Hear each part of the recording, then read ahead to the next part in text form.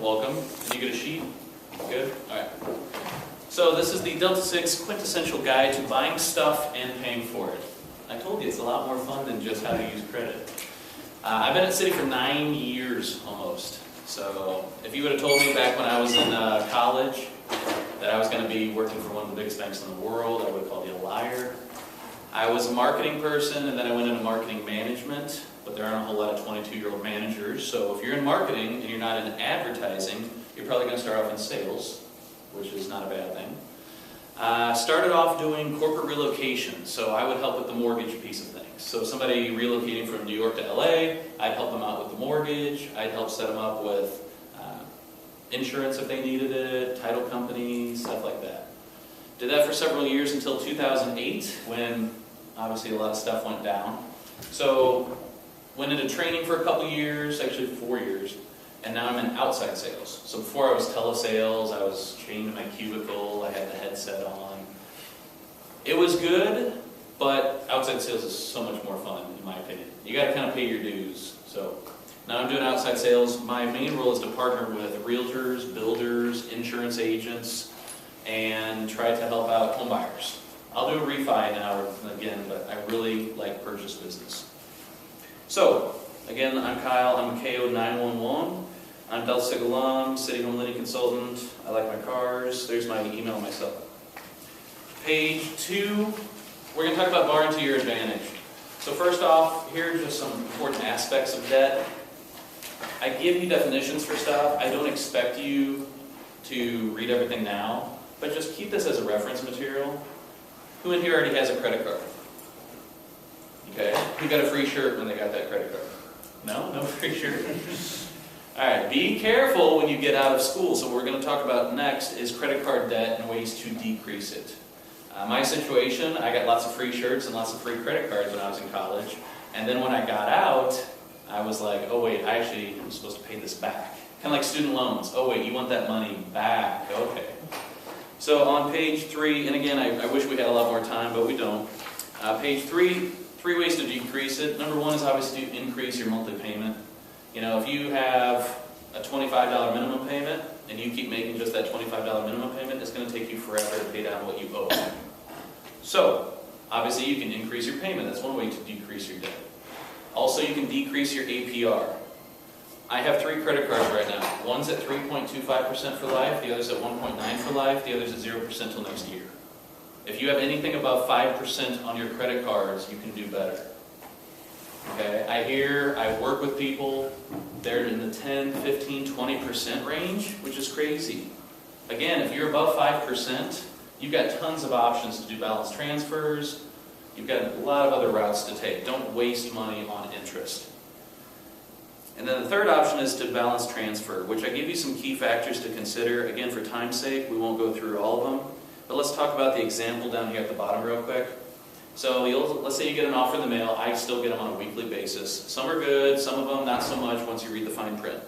So let's say the offer is for a 3% APR for 24 months.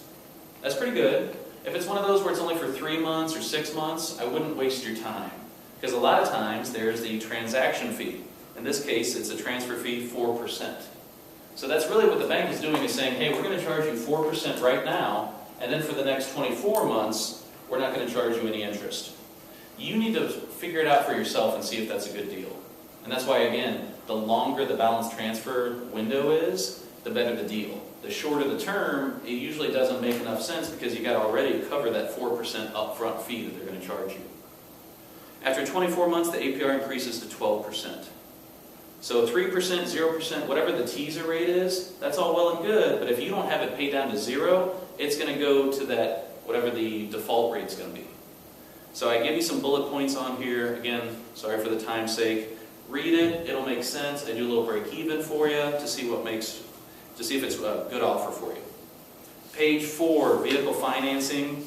Here are the 3 main ones. You can go through a bank or a credit union. You can do dealer financing, which has some really good offers. There are a lot of 0% deals right now, 0% finance or dealer financing. There's also the lease option. So I give you some aspects of that. Again, we're just going to kind of go through it. Page 5, though, this is what I'm going to spend a little bit more time on, because I think this is the most important. Your credit is not this big mystery. Okay? Your scores you can find out within seconds.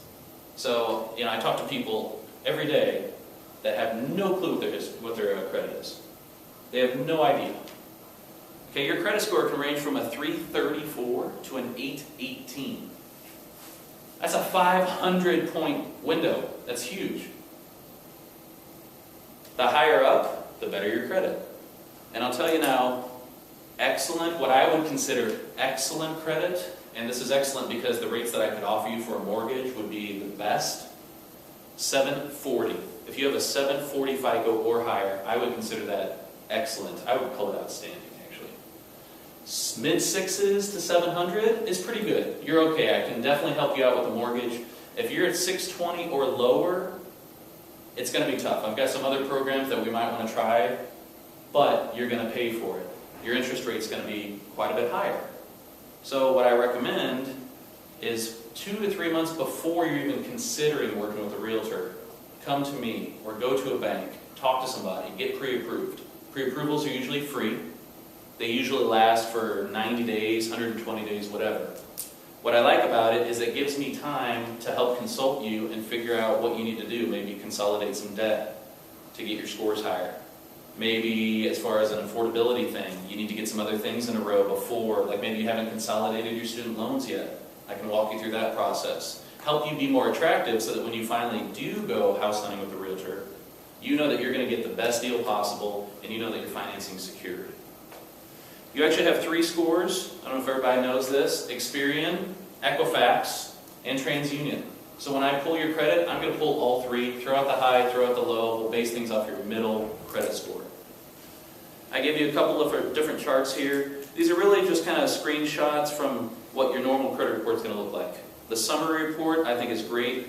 It gives you a nice breakdown in one spot. So in this case, they had no real estate loans, but they have one installment loan, $14,500 with a $350 payment. Revolving accounts, they've got 2, one with a balance of $3,000, monthly payment of $45. No collection accounts. If you look down a little further, it'll actually have on here installment trades, revolving trades. It'll itemize things out. At first, it's a lot of information, but if you just dissect it and kind of look at it bit by bit, it makes a whole lot of sense. So, moving right along to page 6, here are the credit score components. I'm not going to spend a whole lot of time on them, but this tells you what comprises your credit score, and then I give you 4 tips on how to improve your scores. Okay, before we move on, any questions about credit? No? Okay. Page 7, home sweet home. So if and when you decide that you do want to buy a home, you're going to need to do a few things to figure out how much you can afford. Okay, and this is where I think that one of my strengths as a consultant is educating you on what your options are and educating you on what path you should take. Okay, a lot of other banks are all rate focused. Oh, I offer great rates and, I've got really good customer service. That's BS. If you're not even in business if you don't have great rates and good customer service. Okay, for me it's all about education. And that's not to say that I win every single deal, but that's to say some of the deals that I've lost, people have even told me, I made an educated decision because of what you taught me. Which to me, it sucks not getting the deal, but at least I felt good about it because I know I actually had a good impact on those people. Okay, some bullets here. We'll just go ahead and jump into page 8. Let's talk about determining how much you can afford. Down payments and closing costs. This is kind of the first thing. Monthly payment's important. We're going to get to it. But down payment and closing costs are very important. That's kind of where you start off at. First-time home buyers, I'm sure you guys have in here have heard about FHA. Okay, FHA is actually a program where first-time home buyers use it quite a bit. Right now we're looking at a 3.5% down payment. So $100,000 mortgage, or $100,000 purchase price, you're looking at $3,500 bucks. $200,000 house, double that, you're looking around $7,000. Okay, so if you think about it from the standpoint of, that's what you need just to even buy the house. So let's start off with that. I give you a nice little chart here. FHA's in the middle. Pretty much anybody's eligible for the most part. Again, mostly first-time home buyers. There are some little caveats to that, like you can't have 2 FHA mortgages unless in certain instances. But again, down payment 3.5%. Here's one of the things interesting about an FHA is it actually has a county loan limit. Here in St. Louis, we're looking right around $271,000. So if you have a $300,000 loan, you can't go FHA. You're going to have to go another route, like conventional, for instance. So conventional is the top one. This is anywhere from 5 to 20% down. There's no limit to that. Personally, I can do loans up to $8 million. Mortgage insurance. So mortgage insurance, and it has it for both of these, if you put less than 20% down, you're going to have mortgage insurance. Again, if you put less than 20% down, you're going to have mortgage insurance. It's not a bad thing. Okay, I bought a house a couple years ago, I have mortgage insurance.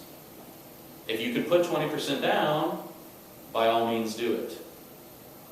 Mortgage insurance is one of those things that you just kind of have to pay until you have 20% equity, or actually a little bit more depending on the program. And then you can get rid of that. But it's an extra monthly expense.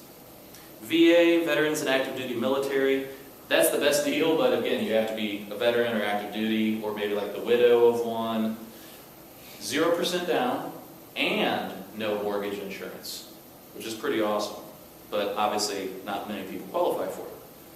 Loan to value, this is it is as easy as it sounds. It's your loan amount divided by the property value. So the example on here, $200,000 house, you put $40,000 down, your loan amount is $160 or 80%. Loan to value, 80%. So it's pretty much whatever the house is worth minus your equity. Down payment, closing cost assistance, you can read that about community lending. Occupancy types, I do primary homes, which is what most people have. Some people have second homes and investment properties. I do those as well. Closing costs, let's talk about those. You hear points a lot. People say, 3% with 0 points, or 3% with 1 point. 1 point equals 1% of your loan amount. Okay, so if somebody's offering you 4% at 0 points, or 3.5% with 2 points, it's going to cost you 2% of your loan amount as an extra closing cost in order to get that lower interest rate. It's called buying down the rate. In some cases, it makes sense. In today's rate environment, you don't really need to. So what I do is kind of the opposite way, which I'll get into next. It's actually called premium pricing, where you take a slightly higher rate, and what I do is I pay for some of your closing costs. 3 types of closing costs here. First off, lender fees. These are determined by me as the bank. These are usually an origination or discount points. We've got an app fee, credit report fee, appraisal fee, things of that nature. So this is what I control. In most cases, you're talking about maybe $1,000. The next are your prepaids. This is insurance, taxes, interim interest, things of that nature. I explain it all here under the common fees. I can refer you to somebody who does insurance, but I can't help you to get, you know what I mean? It's not something I control. Same thing with the settlement or title fees. You usually use a title company or an attorney. Same thing there. I can refer you to a great title company, but I can't control the fees that they're going to charge you. So down payment, you're probably going to have to pay yourself. Closing costs, you've got some options. Either you can pay it, which is number 1. You can have the lender pay it as a credit, which sometimes that happens. 3 is what I usually recommend to my clients, is I'll do what's called premium pricing. I will actually give you a slightly higher interest rate, and in turn, I will pay as a credit down your closing costs for you. So when I bought my house, I could have gotten a 4.875% rate with me paying about $4,000 in closing costs. Instead, I took a 5.125% rate, and everything's in eighths in the mortgage industry. It's kind of weird, but so we're talking just 0.25%. My monthly payment, $20 difference, nothing too major. But that gave me a premium pricing credit of around $3,300 toward my closing costs. Because again, I took a slightly higher rate, therefore they offset it with a premium pricing credit toward my closing costs. So, pretty easy. Which would you rather do? Pay $3,300 right now in one lump sum, or pay $20 a month extra? I wouldn't even miss that. $20, but I would really miss $3,300 coming out of my pocket after I've already put 3.5% down. And then the 4th option, if you're buying a home, is a seller concession or seller contribution. So this is where the seller really wants to sell their house, and they sweeten up the deal by saying, hey, if you buy my house, I'll pay $2,000 of your closing costs, or something of that nature. So that's another option. Not always viable. It didn't work when we bought our house, so that's why I went the premium pricing route.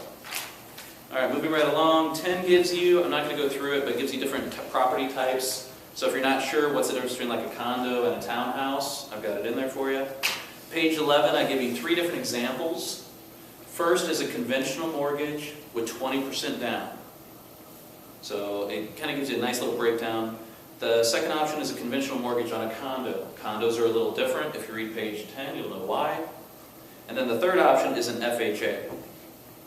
So if you see on here, the FHA option, you're talking $7,000 down, plus around $5,000 in closing costs, which again, depending on the situation, you may have that paid for by either the seller or the lender. So you're looking around $12,000 in closing costs, whereas if you look at the first example, we're at $45,000. Huge disparity there. And if you look at the payments, you can see why. $400 a month more to go FHA for 2 main reasons. First off, you got mortgage insurance, and secondly, you're borrowing a lot more money because you're only putting 3.5% down.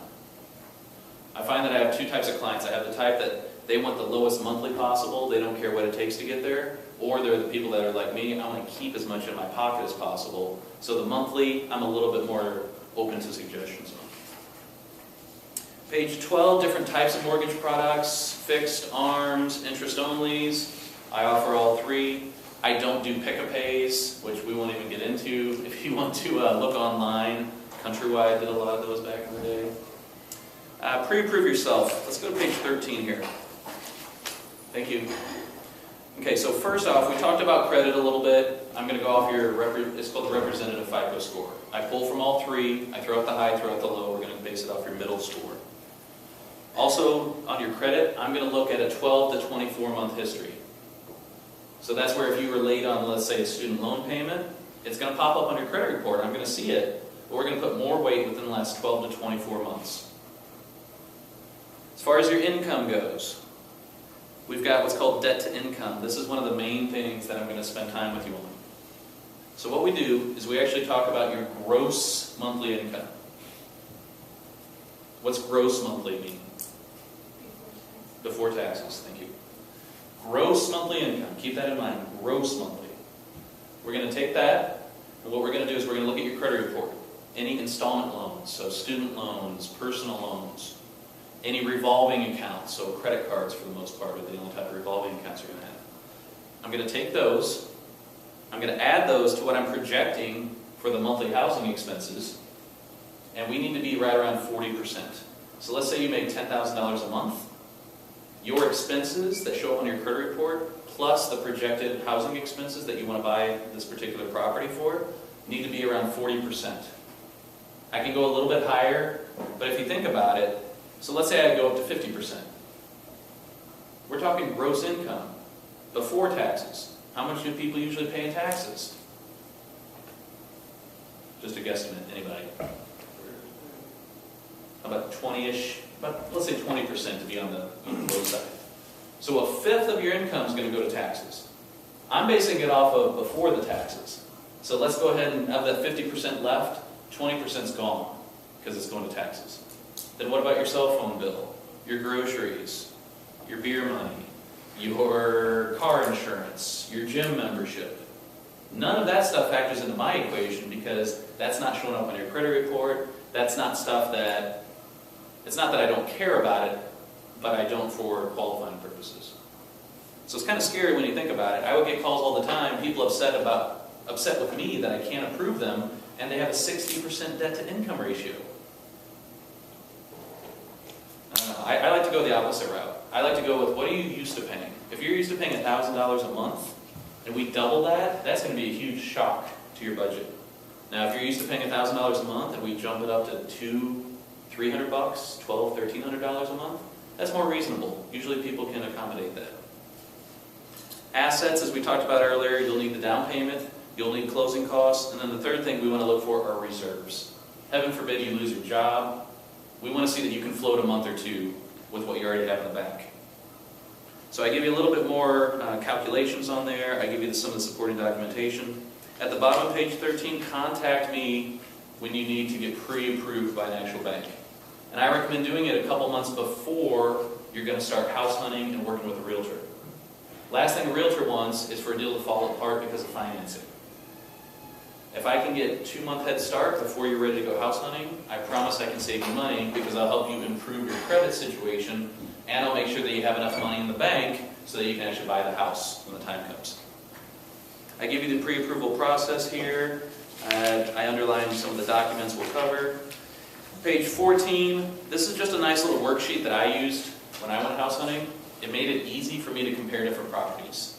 I love pen and paper, making it real nice and simple. Page 15 talks about making an offer. We talked a little bit about seller contributions and concessions. Allowances, I go through that a little bit, home warranties. Bottom of page 15, I love this chart I created because it gives you all the events. It gives you a nice little timeline of what's going to happen, who does it, what's it cost, and what the possible outcomes are.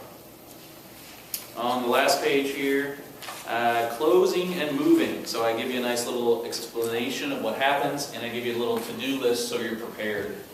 And this is all from personal experience.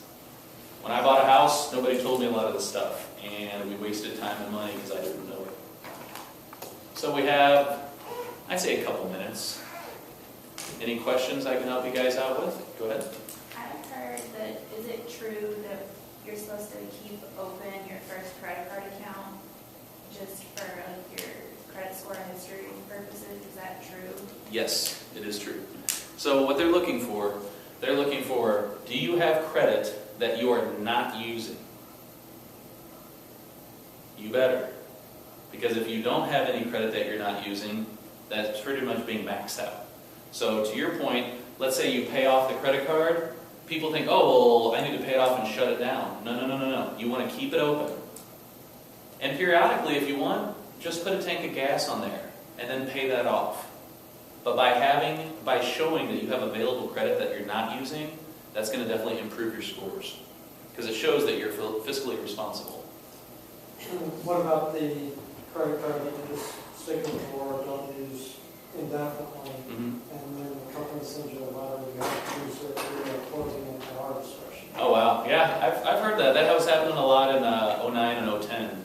Or they were lowering people's credit limits on items that they weren't using. Does that hurt the person's credit score when they have to? Honestly, I don't know. That's a good question. I'd say periodically, just to make sure, I would use it, like I said, for a tank of gas or something, just to pay it off. But I have heard cases of that happening. As far as balance transfers, that's actually kind of in the same realm. Balance transfers do hurt your credit for a little bit of time, because what it shows is that you're actually using new credit. So it's one of those things where, again, we like to see available credit that you're not using, but balance transfers actually do kind of hurt your credit for a little bit, and then once you start paying it down, it actually looks better. Just like with taking out a new loan. It's going to hurt your credit at first because you don't have a payment history of lowering what you owe on that loan. Is it true, like, if you pay off a loan, like a car loan, that it hurts your credit score? Paying off a loan should not hurt your credit score, no. Again, paying off a credit card and closing it, I wouldn't recommend closing it. How do we look at our credit score for free? I would go, there are a lot of, actually, is his name Kevin that works for Equifax? Yeah, I would actually ask Kevin, because I think Equifax is who we use to pull our credit scores. You are allowed actually a free credit score pull, it should be free, from each of the agencies. That's the only problem though, is that you're only getting a third of the picture. Like I've pulled people's credit before where, let's say it's a 680, a 700, and a 720. I mean, a 40-point window for your credit score, you gotta think, well, why is it so different agency to agency? So I would recommend, going to Equifax, going somewhere freecreditreport.com, something of that nature.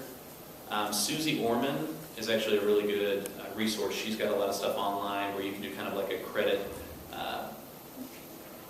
watch program, and she'll tell you a lot of information about how you can improve your scores.